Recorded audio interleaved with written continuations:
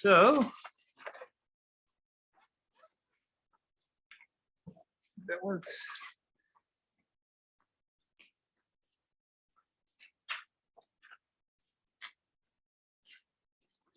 So pictures.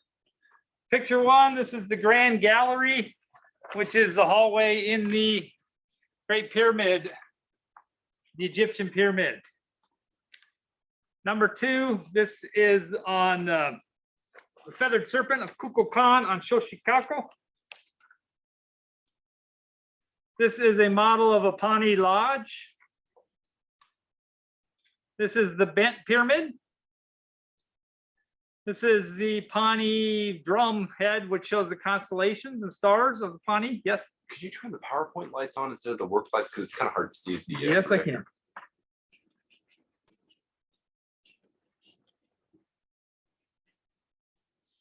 Sorry, I got to change screens here. Hold on.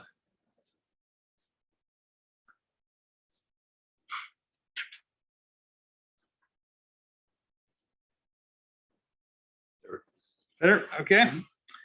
So yeah, Pawnee drum, star chart, something like that. This is Gao Xiaojing's tower. Measures the altitude of the sun. This is the Sphinx. That's all you really had to put on that one. This is the Zenith viewing chamber at Xochicalco. This is a panorama of Monte Alban. And this is the Great Pyramid, or the Pyramid of Khufu, or Cheops, if you want it in Greek. That was it. Each of those were worth 1 point. All right, put these back up. Okay, and page 2. The declination of the sun on the summer solstice is 23.5 degrees, positive 23.5 degrees. When you convert the following, you convert that, you end up with 41 degrees, 21 minutes, 25.92 arc seconds. The name of the original underground burial chambers are mastabas. The sky object associated with the Pawnee god Morningstar is Mars. You convert the 22 and you end up with 22.71056 degrees. The 3 pyramids at Giza were built around 2500 BCE or BC. The altitude of the zenith is 90 degrees. Which direction does the Sphinx face? It faces east towards the rising sun. The 2 stars that the Egyptians used to line their pyramids were Kochab and Mizar. And if your latitude is 29.5 degrees, that means the sun has to be at a declination of 29.5 degrees. Does the sun ever get to 29.5 degrees? No, it's kind of a trick question. The answer is never. You have to be within 23.5 degrees of the equator to get the sun directly overhead. All right, definitions, and that each of those are worth 2 points, by the way. Definitions. This was the page that had 11 instead of 10, so this is why there was an extra one on there. Circumpolar stars are stars that never set. They circle around the North Celestial Pole, are always up in the northern hemisphere. Council of Chiefs and Sitting Ducks, those were 2 of the constellations recognized by the Pawnee Indians. Council of Chiefs is our Corona Borealis. The Sitting Ducks were actually the tail of Scorpio. Latitude is how far you are north or south of the equator. Haxti was the girl that was sacrificed by the Pawnee Indians in the reading that you had to do. Precession is the rotation of Earth's axis of rotation. It takes about 26,000 years for that to occur once. The meridian is the imaginary line from the north to the south points on the horizon through your zenith. Gao Xiaojing was a Chinese astronomer to the emperor around 1250 CE, built a tower to measure the position of the sun, determine the length of the year. Altitude, how far an object is above the horizon. Celestial equator is the circle on the celestial sphere directly above the equator on the Earth, from which declination is measured. You had to just say something like that. Anything that was correct, got away with it. Magnetic North Pole is where magnets point. So the North magnetic pole does not coincide with the North Pole of the Earth. So it's usually off and it varies over time. Put the following in order. It should go step, bent, red, and great.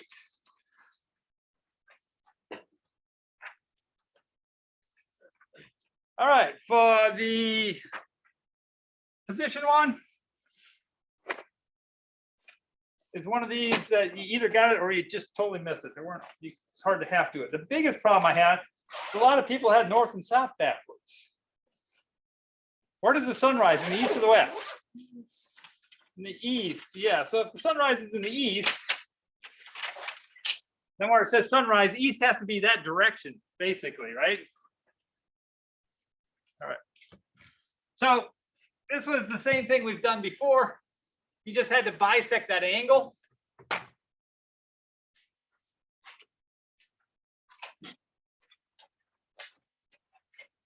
So if I make the angle, I think it's something like this.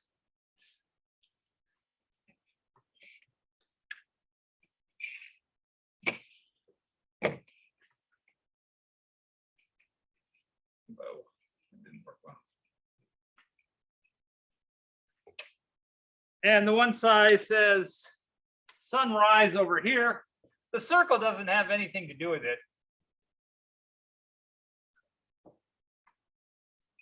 Sunset's this direction. And you remember how you do it? This is how we did it outside too. Is you measure equal distance on both of these legs from the vertex. So I make a position mark here. And then on the other side, then I take my compass, I make it a little bit larger, go to those positions, make an arc. Where those cross should be the center. Then I draw that line. And that's how I grade it, is I look for these arcs. If you didn't have the arcs, you didn't get points.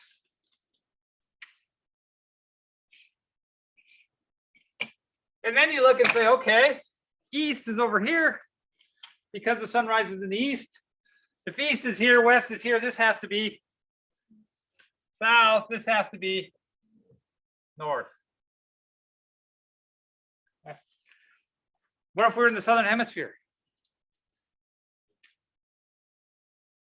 It wouldn't matter, right? This right now, because east would be straight this way, right? I mean, west is this way, east is this way. Since it's south of that, we know this is sometime in the winter, if you're in the northern hemisphere. This diagram would work perfectly fine in the southern hemisphere, but it would be summer because it's flipped around. It would be rising closer to their south pole. Remember, it's the south celestial pole that's closer to them. Okay, so all these are worth 10 points. Number two, what modern countries are the sites of Xochicalco and Monte Alban located in? They're located in southern Mexico. They're all formed on hills or ridges. They would farm down in the valleys. And they both, for astronomical alignments, they had zenith viewing chambers that they used as a calendar knowing what time to plant. That's what I wanted.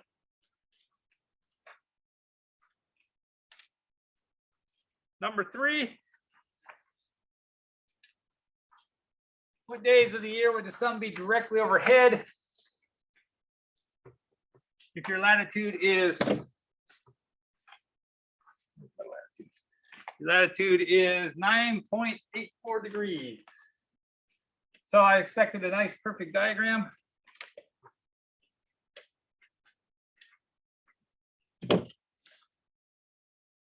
And I was pleasantly pleased because a lot of people in previous classes have complained about the herb diagrams as being really hard. And most of you did way better on these, and you missed some of the other things that were like words and stuff. The definitions and things you didn't do as well on, but you did great on drawing the diagram. So I was pleased with that, most of you, not everybody. But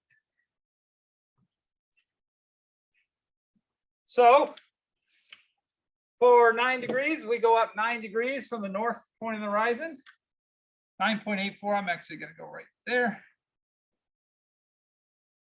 Draw that line.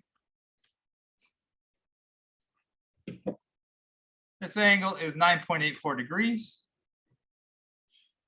From there, I go 90 degrees.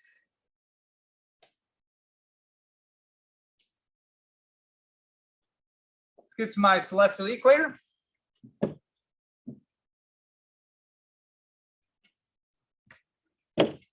And if I subtract that, so this is 90 degrees, I end up with 80.16 degrees. Did I do that right in my head? So far, so good? Okay. Then, and some people got here. If you got here, you usually got half the points, even if you didn't do the last part. But the part that I want was we want to know when the sun is directly overhead. Where's directly overhead? It's straight up. So it's 90 degrees from the horizon.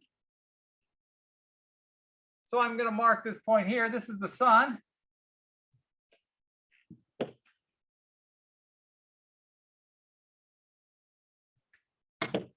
And that angle is 9.84 degrees.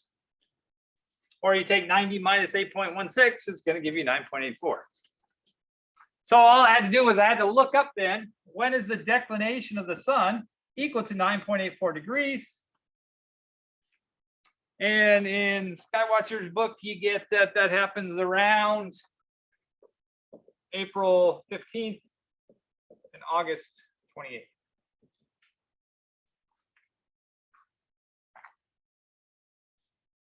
Questions about that? Okay.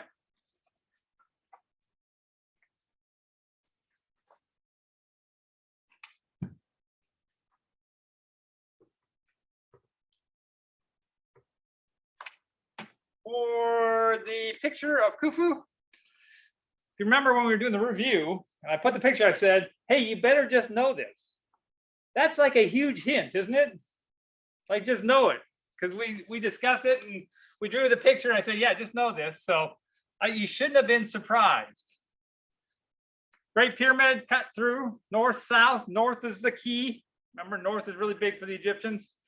The entrances are all on the north side. Goes down here to an underground chamber, which they did not use. In fact, it was only half finished. Then they put one here. You come up to the King's Chamber up here. The Grand Gallery's in here. Queen's Chamber is off of this. Okay. And then some of you too didn't read it closely. You have to label all these too. So you have to label all the ventilation shafts. There's one from there, one from there, one from there, one from there, and what stars they point to. So up here, this points to Thuban, which if you remember was their pole star. This one pointed to Kochab, when it goes on its lower passage, which is one of the alignment stars. So it's also very important to them.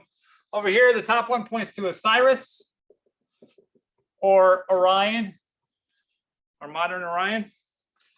And this is Isis or the star Sirius.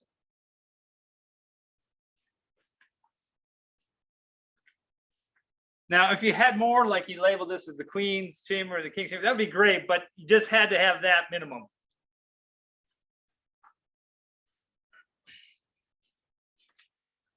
Okay, and last page, the Pawnee Earth Lodges.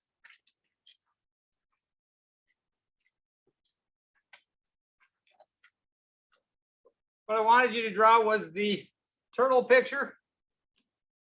This is facing east, which you shouldn't have got wrong because it says it right in the problem. Right, they face east. There were two pillars out here. The bottom pillar was painted red for Morning Star. There are four main pillars in here. And then over here, there was an altar. And how do you spell altar if it's religious? With an AR. Yeah, it's A-L-T-A-R. Half the class spelled that wrong. You're lucky I didn't grade off for spelling. E-R means to alter or change something. A-R means it's a religious table, essentially. All right, so altar, and this side of the lodge is devoted to evening star. Okay. And over here, you also had your sacred bundle. Usually there's a buffalo skull here. And I wanted you to say something. It says right there, and how they relate to their creation story. So I wanted you to just put in a couple of sentences that this symbolizes morning star over here. I left off the star. The male god having to overcome all these trials. That's what these represented here. The different bears and the different animals. He had to overcome these trials so he could get the evening star so they could procreate and have a female child. And from that female child, all of humanity was born. Just a couple sentences, but you need to say something about that. Okay. Also, I mean, if you wanted to be more precise, the circle, we talked about this, but we only said it once. The circle actually represents the sky matching the earth is like a circular dome. That's why you're in a room with a dome that's a circular room. It's the same thing. Their lodges were supposed to mimic the sky and the earth matching each other. All right, that was worth 10 points as well. And the last one, I think this, I didn't mean for it, but I think this caused some confusion. However, if you just did the normal picture like you would anytime, you got most of the points. But the idea, and they do this all the time, in fact, on the south side of the student center, you will see this. Architects make windows, and then they make these awnings over the windows. Because the idea in the summer, you don't want any sunlight in there because you're already way too hot. So the awning provides shade in the summer when the sun's high. But then the winter, you want the sun to come in because you want the heat from the sun. So you got to get that magic length. How far do you make your awning stick out? And it depends on what your latitude is. So in this case, we're given a latitude of 39 degrees. So we're going to do our same picture, north over here, south here.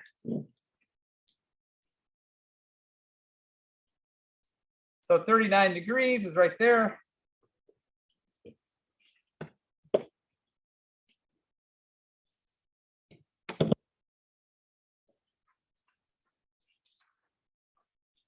And then from there we go 90 degrees. Same procedure we've been doing on all of them. One different color.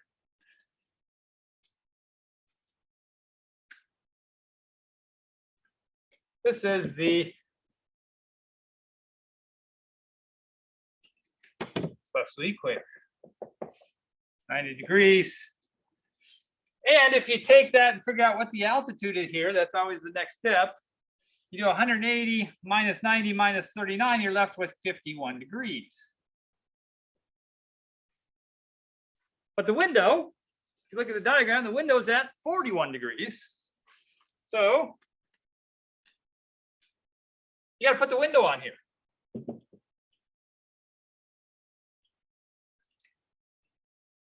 So here's the window, or when the sunlight can come in the window, is when the sun is at an altitude of 41 degrees.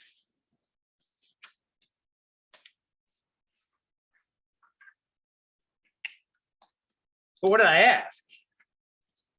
I asked how many days of the year the sun would shine in the window at noon, right? Or during the middle of the day. Well, you have to know the declination of the sun. So you subtract those two and you get that that is 10 degrees. So when the sun's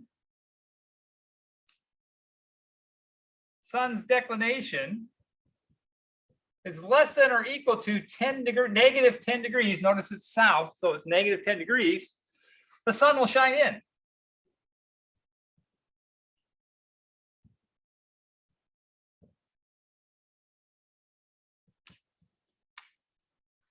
And when you look that up in Skywatchers, you get this occurs around October 20th to February 22nd. What I asked for was how many days that was. A lot of people put 2 days. It's like, no, because anytime the sun is below that, it's still going to shine in the window, right? It's only when it's above. So the sun's going to shine in there from October all the way to February. So what I wanted was that, and I just said, oh, well, October has 31 days. So 20 minus 31, that's 11 days. November has 30 days. December has 31 days. January has 31 days. And then we have 22 more in February. And if you add all that up, it's about 125 days. That's the answer I was actually going for. I wanted that the sun would shine in there for 125 days each year. About a third of the year. Now, if you got all the way here and you had these dates, but you didn't do that, I think you only lost like half a point or a point, depending on what else you get too. Because I look at the whole picture, but you didn't lose much. But that's what I wanted there. So if you're wondering why did you lose a half, it's because I really wanted this. All right, make sure I threw out your lowest of the problem scores and that the total number wrong on the bottom of each right-hand corner matches total number wrong on each page. Make sure the total number wrong on all the pages matches the total number wrong subtracted from 100 on the front. Essentially, make sure I did all the math wrong. I didn't make a mistake. If I did make a mistake, come see me after class and I will look. Or even if you're just like, why did I get taken off for this one? Come see me, okay? All right.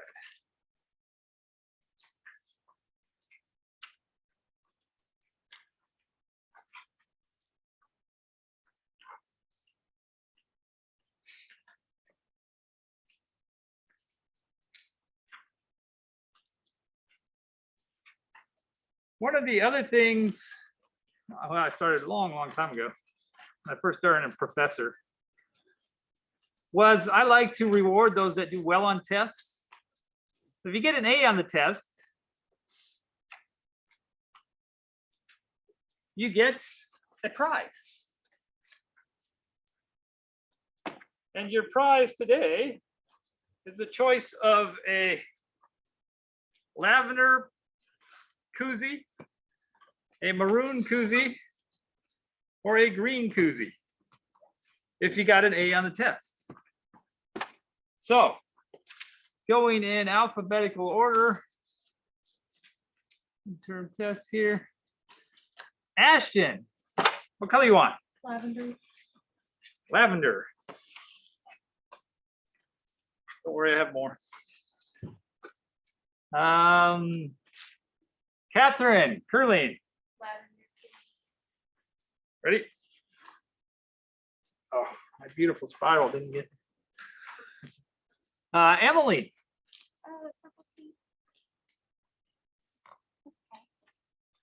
I am running out of purple. Everybody wants purple. Caitlin.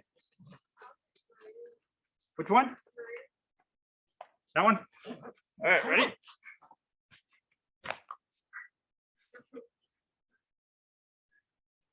Bryant. Green. Color? Green. Green.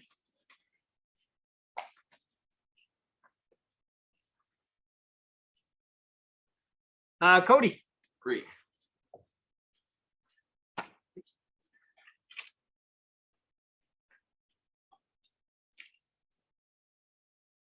Wade. Take maroon.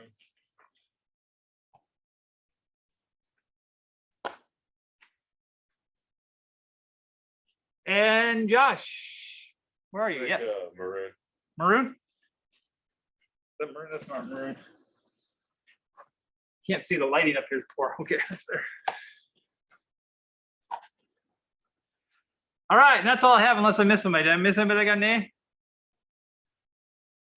you didn't get an A this time, think of it as incentive for next time. I will have new prizes. And it'll be fun for all. All right. Time to keep moving on.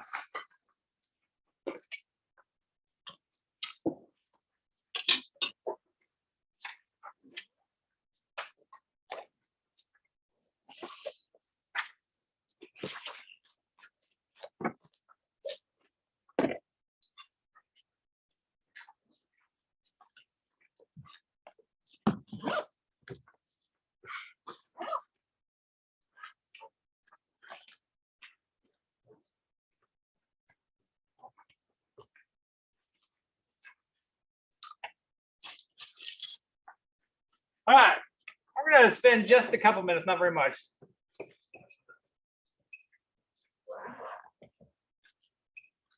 Talking about Polynesian sailors. What does Polynesia mean?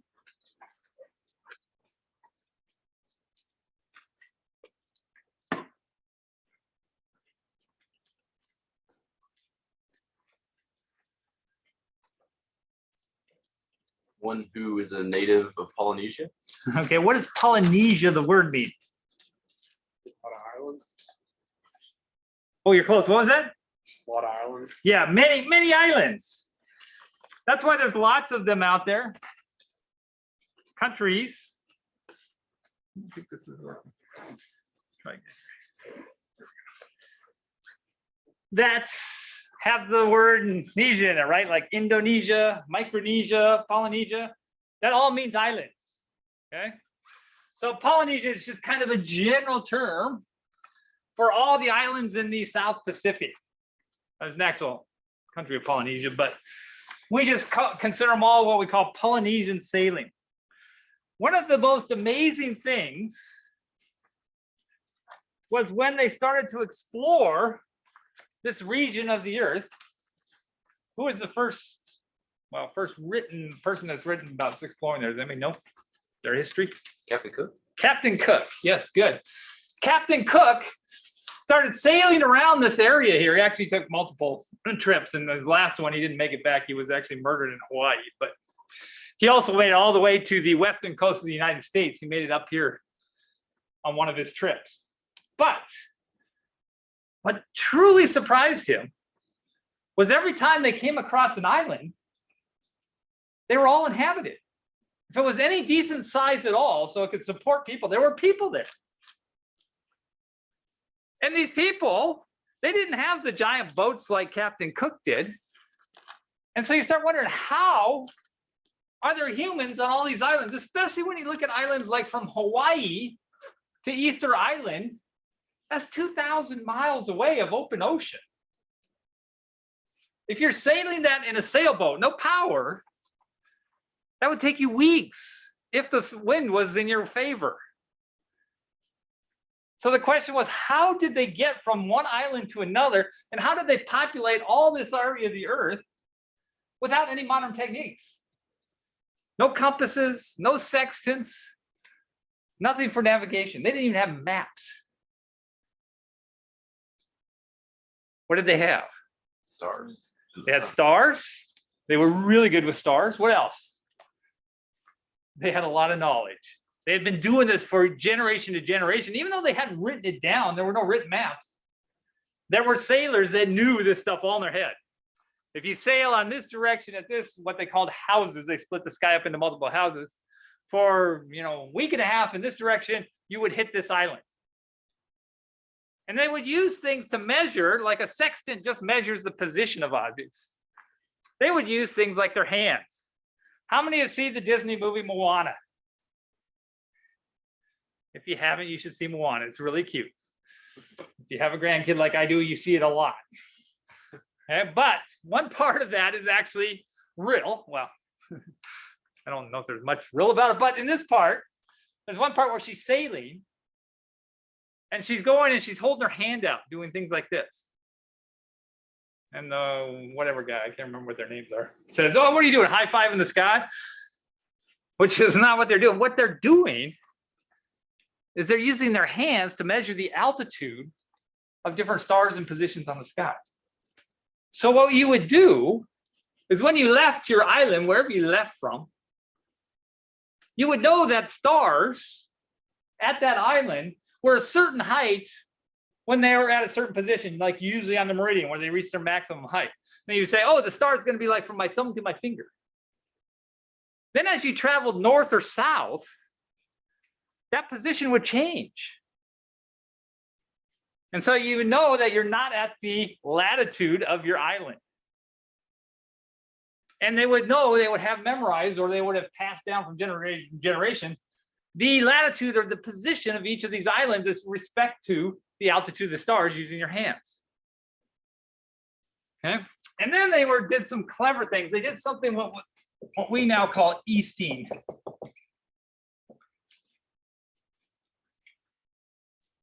Yeah, you can take any noun and make it into a verb just by adding ing. That's what we really did. Codying. Codying. What have you been doing today? Oh, I'll just be Cody. So if you're traveling, and let's say you're going from Hawaii, and you want to get to Tahiti, which is 1,000 miles away. Okay, long way away. When you go, and you're traveling here, you're traveling down in a southwestern pattern. So you know, say, okay, Tahiti's right there, but you don't actually aim for it. Because if you aim for it, you use your hand and you say, okay, we've gotten at the latitude of Tahiti because we know what that is. But then we're like, well, do we go right or do we go left? You know, if you miss it, which way do you go? Well, the problem is if you turn the wrong way and you go into open ocean, you'll run out of food and die and water. All right? So the problem is you need to know which way to go. So what they would deliberately do is they knew the island was here, but they wouldn't aim their boat for the island. They would aim their boat for a position east of the island, which is why it's called easting. So you say, oh, the island's there. Well, we're actually going to go here. We know we're going to miss it. Then when we get to the right latitude, right here, when we measure the position of the stars and we say, okay, we're at the right latitude, then we know we turn right. And there's no question, do we turn right or left? We turn right, and then you just sail along that latitude till you run into the island.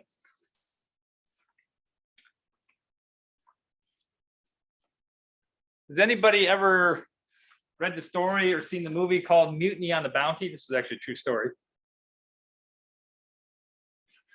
Back after Captain Cook, not long after, 15, 20 years after, there were many captains that were sent out. True story is, there was a guy named Captain Bligh, and he had his first mate was a guy named Fletcher Christian. They sailed to Tahiti to pick up breadfruit, which was a plant that grew in Tahiti. They're going to bring it back to the Caribbean to plant in the ground because it produced a fruit that they could feed to the slaves. It's a true story what they were trying to do. But when they got to Tahiti, they were there for several months growing this breadfruit. And Fletcher Christian, the first mate, they were good buddies actually before this, fell in love with the Tahitian princess. And he didn't want to leave and go back. And a lot of the other people on the crew were unhappy with it too. And Captain Bligh was a really nasty captain.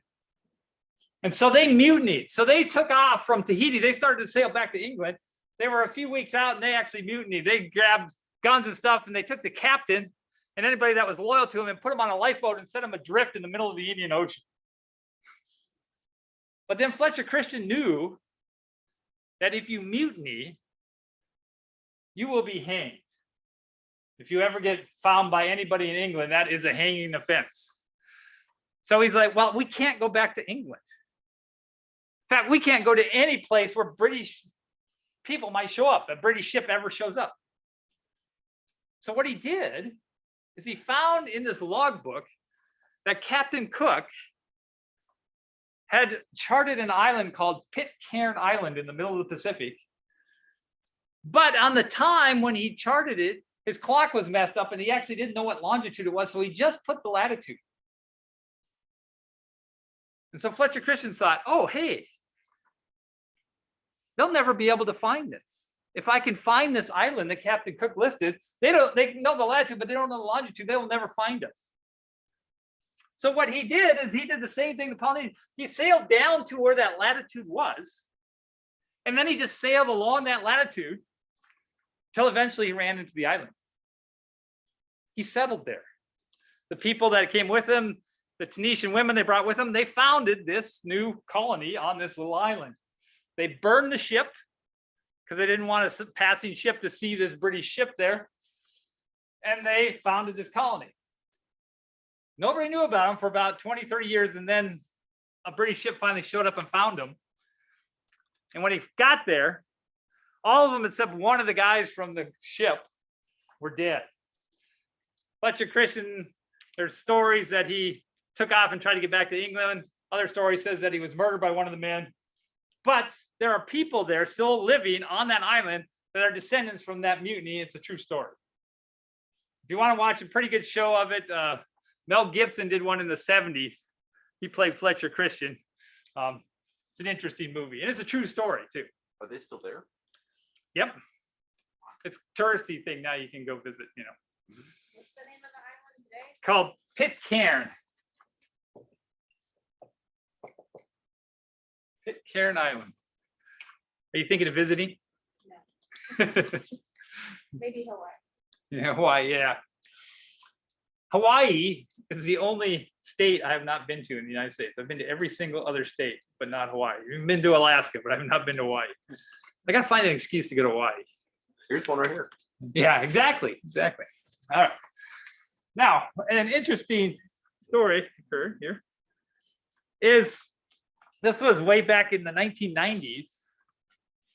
There were archaeologists and stuff that were very interested in how they did this sailing. Okay. And this actually goes back to the 60s. There was a guy named Gore Thorg, can't remember his name, but he was actually Scandinavian, and he sailed from South America out to one of these islands using the old techniques. Okay, in fact, he even built his boat the same way. Didn't use any modern techniques at all. But these guys here in the 1990s said, hey, we're going to try and see if we can do this without any modern navigation. And so they built this boat. Sorry, I got to change the lighting again. I keep forgetting to do that so you can see it better. The boat is called Hokulea.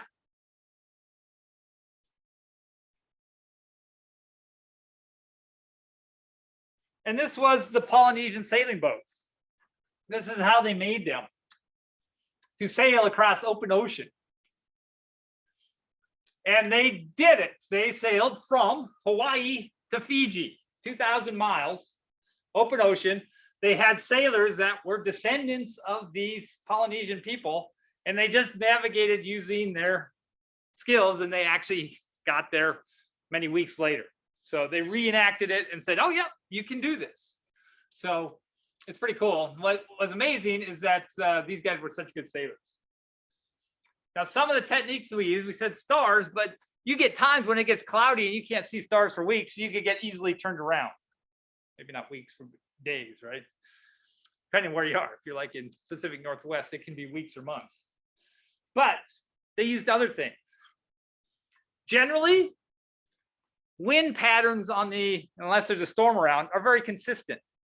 Meaning most of the, around the places where they are have what we call prevailing westerly winds, which means all the waves come from that direction. They only get mixed up when you have a like big storm come through. Well, so if you always keep the waves hitting you in the same spot, you're always going the same direction. So they would use waves. They would use birds, because some of these birds would migrate for long distances over the open ocean. And they would have this sense that they could find it, and you would just follow the birds. Okay?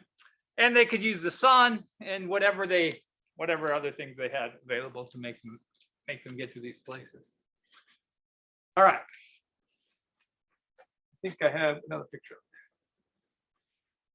Here it is, sailing away from Hawaii.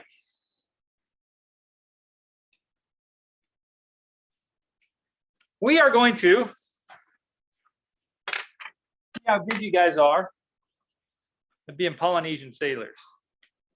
So what I'm going to do is I'm going to put up the stars in the planetarium, and I'm going to move it. And we're going to look north, and we're going to put the North Star at our position right here. Then we're going to go sailing. We're going to go south, and then we're going to come back.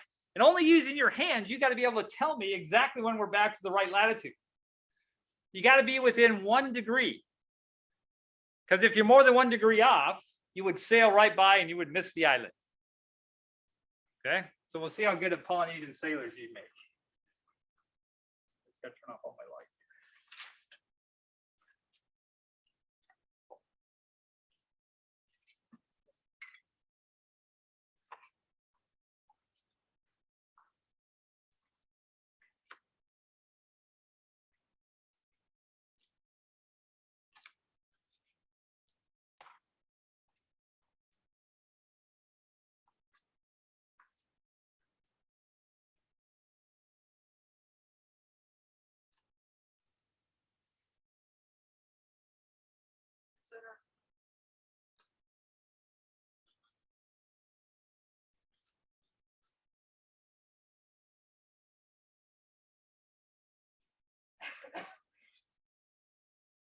All right.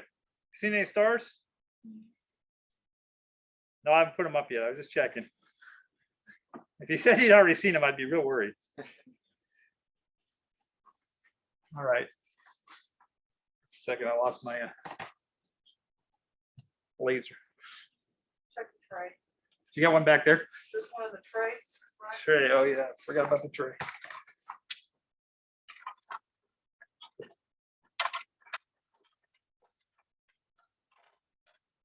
we go. All right, night sky. Nice thing about a planetarium is it's always beautiful out here. We don't have to worry about clouds. Like I tell people, if it's clouding the planetarium, then we're on fire. That wouldn't be good. Let me turn off the side lights.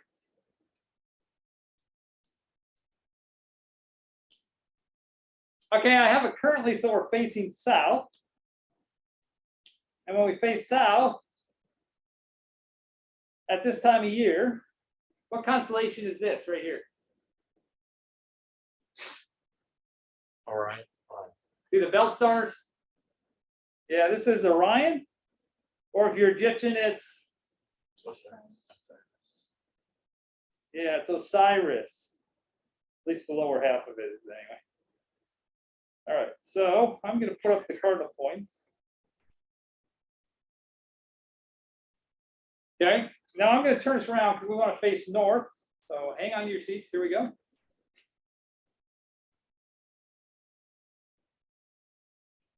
All right, which star is the North Star? Well, if we look here, how many degrees do we go up if we're in commerce?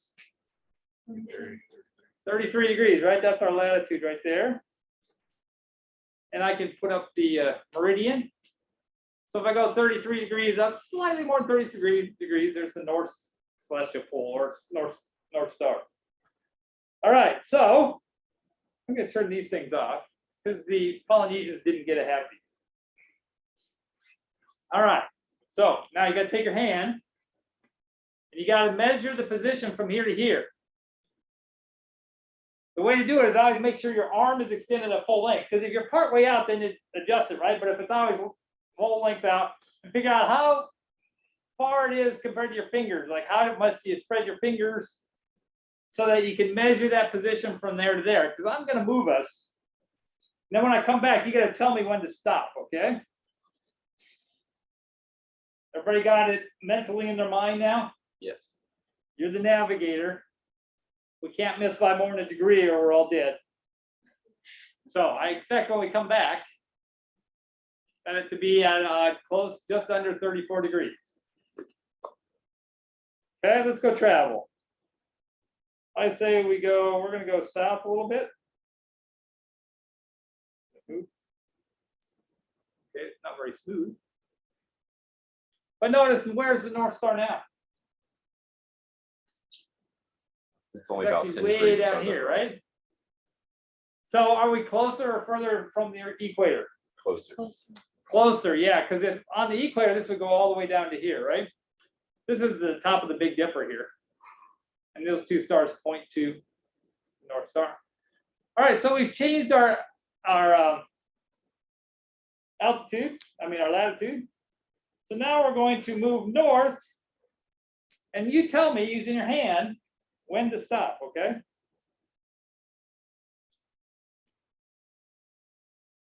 Are we moving?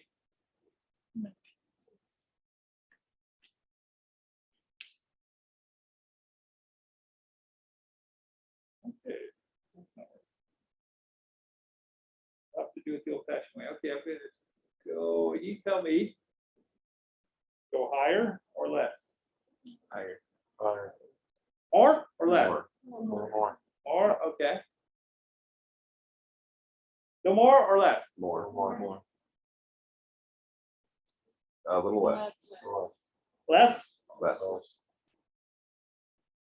Up a little more. A little more. More or less? More.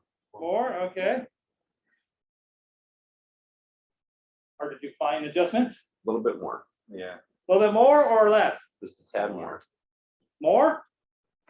We're just like that. Stop. Back down one Not foot. too much. Up a little bit, up more. Sorry, it's an iPad, so my thumb actually, or finger is too big, it jumps. How are we, more or less? Just like a degree more. Tiny bit more? Yes. Okay. Did that move? I don't think so. Yeah. All right, Boy, that's too much. You can't do tiny bit. What do you think? That's about right. Yeah. Yeah. That's close. All right, if you're wrong, we're all dead. That's right. Yeah, we'll probably just cut you up and eat you, but. By the way, Polynesians were cannibals. Some of them. All right, we're gonna see. I'm gonna put up the meridian and we see it's gotta be just under 34. Oh, bad news. We missed it by 2 degrees. We would sail right by our island and we would all die. Boy, that's a depressing end for that one, huh? Or we get lucky and we run into another island, right? That's how we think a lot of them were discovered, is just by luck. Okay, well, I got the planetarium. I want to talk about something else here.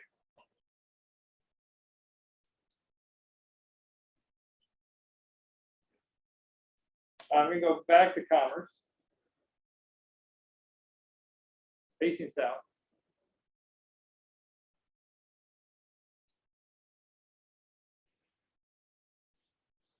All right. What is this line? Path of the ecliptic. Or maybe it'll help if I do this. What if I put up both these lines? What is this one? Meridian. What is it? Meridian. It's gonna be louder. I don't hear well. Meridian. Oh, this is the meridian, Oh wait, the ecliptic. right? This is 90 degrees away from the North Celestial Pole. So this is the, Ecliptic. no, Or this celestial equator. this is the celestial equator. If you remember in commerce, it's going to be at 57 degrees. It's close to that. Remember, we're not exactly at 33, we round off. Okay, but what's this, Cody? The ecliptic. The ecliptic, yeah. What is the ecliptic? Path of the sun. Good, the path of the sun across the sky. That's why there's dates there. So, what's the date today? Turn this on. And I'm going to turn on the sun. What's the date today? February something? 22nd. Okay, February 22nd. So we're going to buzz around till we find the sun on February 22nd. So here we are, September, October. We're getting there in November. Not the other direction. Oh, actually, we're not on December 20th. All right, so the planetarium is set up. So we're set at December 2nd. Okay. Now I think I can make that move. Yeah, okay. So we're going to move forward in time. Notice the sun is whipping through. I'm just going through days like crazy. And we're going to stop over here around February 22nd. 10, Right about there. 20. Close. Close enough. All right, notice that where the sun was down here, this was the lowest, right? This is called what? What day is it? December 22nd? The winter solstice, right. And what was the declination of the sun on the winter solstice? -23.5 degrees. Yeah, negative 23.5 degrees, okay? But the sun, we're on the upswing, right? So the sun is getting higher every day. What day does it cross here? March 22nd. Yeah, about March 22nd, March 21st, right? And what day would we call that? The equinox, okay? But Vernal equinox. what we're going to talk about next is, I'm going to go backwards here, so don't get confused. I'm spinning the earth backwards. Can't do this in real life, unfortunately. Nor can you spin it forward. It just does what it does. But is it going to rise today exactly in the east? Here's the sun. You see where it's rising? It's rising here south of east. Okay. And if I keep going back in time, just imagine the sun going back here, right? Every day it's rising, so we're back here to January 31st. This distance between east and where the sun rises is getting bigger all the time. The maximum distance away from east when it rises is going to be on December 22nd, right about there. That is as far from straight east that it's ever going to rise. Now, if I go forward, I'm going to go faster here. Notice that watch the blue line. The blue line here is going to approach east as we get further along in the year. And then boom, straight east on the equinox. And then the sun's going to rise over here. It's getting further and further north every day. Up until what day? June 22nd. June 22nd. Yeah, I want a hair pass there. You got it. June 22nd. That's the maximum position it ever rises here. What the ancient people noticed was they would watch the sunrise from day to day, looking at the rise, and they would say, oh, it's rising further and further every day towards the north. Then on June 22nd, it stops. That's what solstice means. The sun is still. So the sun is moving, moving, moving, it stops, then it turns around and goes back the other direction. And then it goes over here all the way down to here until December 22nd, and it stops again. That's the winter solstice. And the sun does this wandering every year. So the next thing we're going to start talking about is predicting exactly where the sun is going to rise and set. Because that is where most of the archaeological sites are, is they will line their buildings or their monuments up with the rising or setting position of the sun. Because the sun was the most important thing to them. But I wanted you to see this, that it wanders quite a bit here. And how much it wanders depends on your latitude. The greater, the further north you are, the greater it changes position. If you're at the equator, it changes the least amount. All right.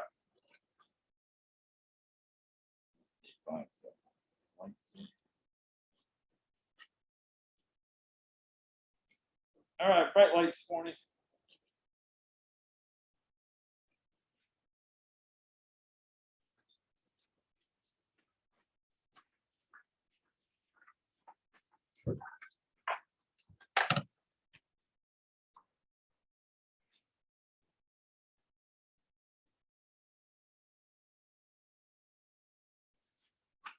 All right.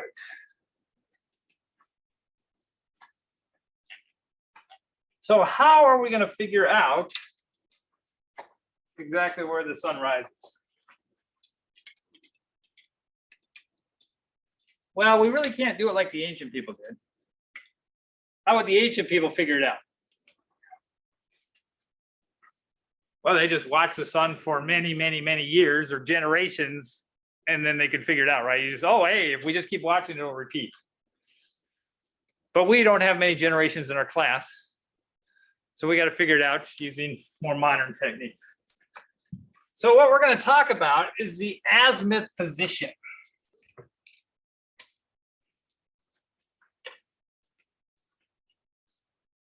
Yeah, Uncle Laser.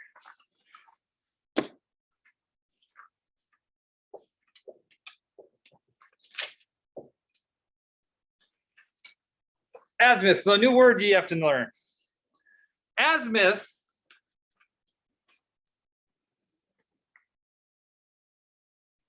I should use my circle drawer. That's okay. We draw a circle on our page, okay? That represents the ground. So before, when we were looking at our herb diagrams, we were always looking at like a sideways cut, right? Our north to south cut. Now we're going to do it like we're a drone pilot and we're looking down at the ground. So we're always going to put north straight up. East is to the right. South is down here.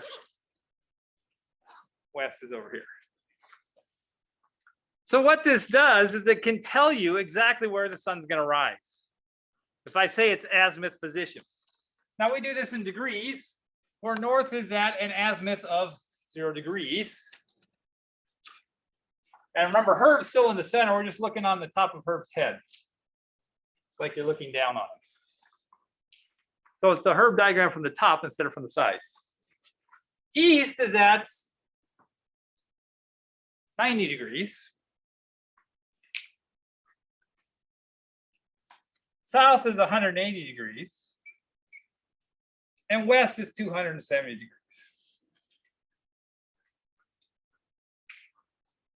This azimuth position is the same thing that pilots use nowadays. It's the same thing sailors use nowadays. You go on a heading, that heading is your azimuth angle. I'm a pilot, so I know that though. If you're talking to air traffic control, they'll say, oh, fly heading of 264 east, and then you're gonna fly at 264. And you just go until your heading indicator points that, and you just fly that direction until they tell you to change.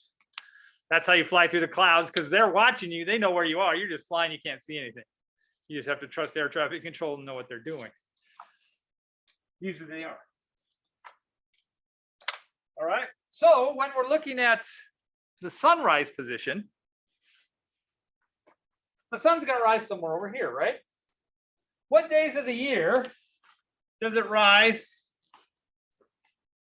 straight east?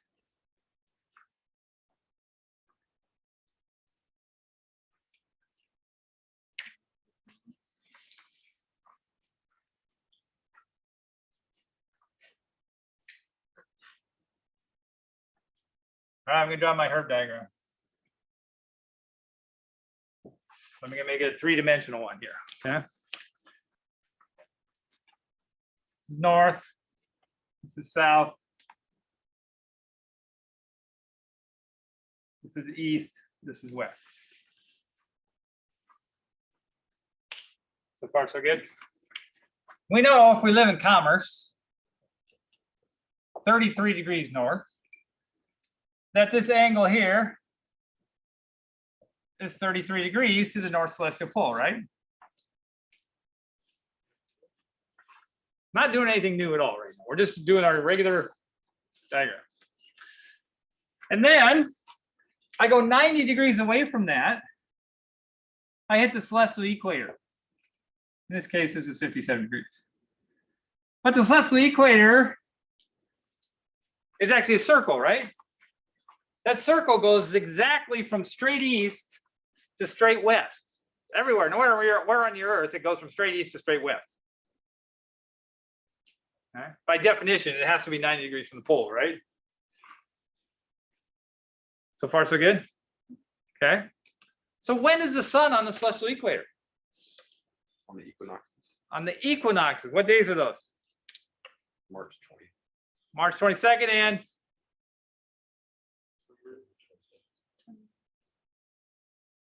what? September 22nd. Yeah. Those are the only 2 days of the year when the sun rises directly in the east and sets directly in the west. In Commerce, those are actually the most dangerous times for driving down a road. You guys weren't here, but about, must have been 7 or 8 years ago, a professor actually was killed. He went to McDonald's and got a cup of coffee and was coming across the street. And a girl pulled out and ran into him. Why? Well, the problem is it was right close to the equinox and the sun was rising and the streets in Commerce go east-west.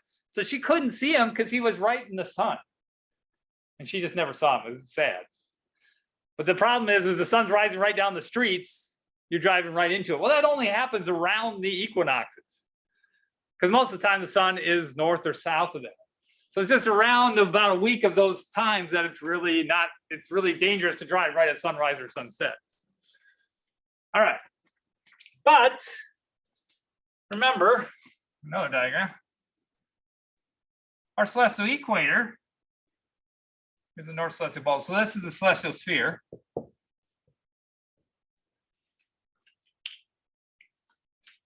The ecliptic is tilted 23.5 degrees from the celestial equator.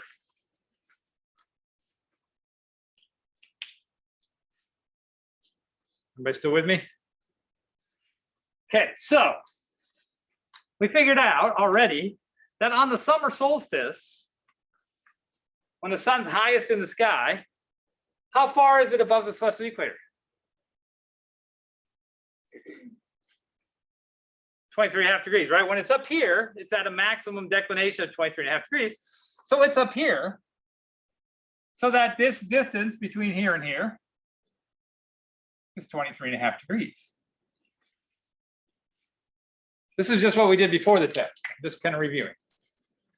What we're going to do now, we're going to say, oh, if it's 23.5 degrees up there, remember the path of the sun always parallels the celestial equator.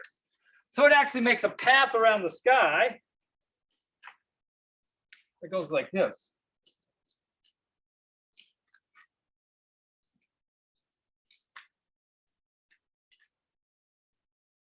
So that it's always 23.5 degrees above the celestial equator. But when it rises, the sunrise is actually over here. And sunset is here. So on the summer solstice in June, this is June 22nd, the sun is going to rise in the northeast, towards the north of east, and it's going to set north of west. And you notice this circle is actually bigger than the celestial equator. The celestial equator is exactly 12 hours. So the sun is up longer. That's why our days in June, our daylight is about 15 hours, 15 and a half hours, because it actually makes more than 180 degrees across the sky. Okay. Now the challenging part is we have to figure out this position right here. Essentially, we have to figure out that angle, because that's the azimuth angle of sunrise. Remember, north is 0 degrees and east would be 90. It's going to be in here at some angle. And we have to calculate what that angle is. But we will do that on Thursday, as long as the ice storm isn't bad enough that they cancel classes. Hopefully not. This one should not be as bad as the one a couple weeks ago, just because it's not getting nearly as cold. We get just much as rain, but we're going to be right on the edge of freezing, so who knows what's going to happen. And I will see you Thursday.